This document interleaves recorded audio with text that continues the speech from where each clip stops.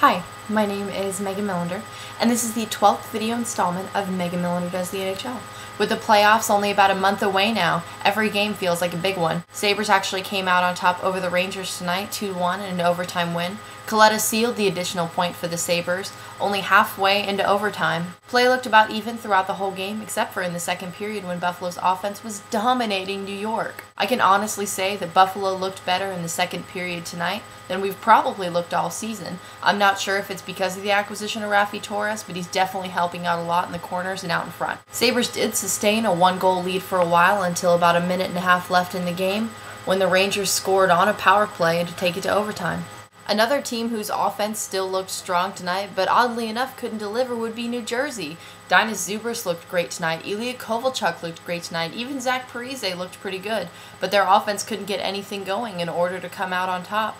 They actually ended up losing 2-0 tonight to, of all teams, Edmonton. To be honest, I didn't even think Edmonton looked that strong tonight, but their goaltending tonight was stellar. Delorier was definitely on his game.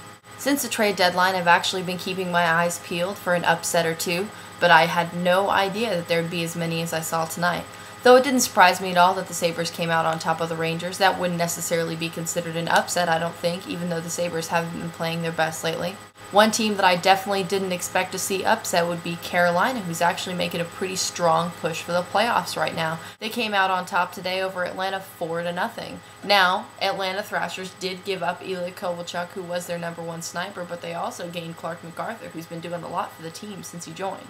Though I might seem biased, even though Clark MacArthur was a Sabre and does have a special place in my heart, he can do and has done a lot as a Thrasher so far. Another team I definitely didn't expect to see upset, even though most of their players have come back from IR so far, is the Detroit Red Wings. They do so well beating the good teams in the league, and they do so horribly playing against the worst. I'm not sure if it was the injuries or just flat out the mindset of the team, but Detroit, when are you going to learn to go into every game and play consistently? You have the talent on the team, you have the drive, and you definitely have the coaching behind you. All Detroit needs to do right now, in my opinion, is get their offense playing consistently, keep starting Jimmy Howard, hold out to the playoffs, and then start Osgood. Last but certainly not least, one thing I want to touch base on tonight is I did get a chance to see the end of the Anaheim-Montreal game. There are no words to describe how I felt at the end of that game. Not that I particularly wanted to see Anaheim win or Montreal win, but how long does a goaltender have to hold on to the puck before it's considered a save? How long does a goaltender have to hold on to the puck before the ref blows the whistle? In my opinion, now of course, this might just be my opinion, but if the referee can't see the puck, and I think I've read the rule book a time or two, if the referee can't see the puck, he needs to blow the whistle.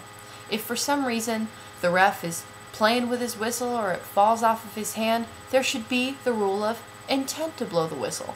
Now, I don't particularly care who won that game. I could care less if Anaheim wins it. I could care less if Montreal wins it. But what I do care about is what's fair. Hiller made that save, and they gave Montreal a second chance that I personally don't think they deserved.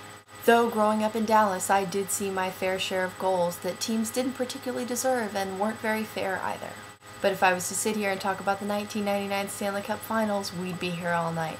That's really all I have to say for tonight, and until next time, my name is Megan Millender, and I just did the NHL.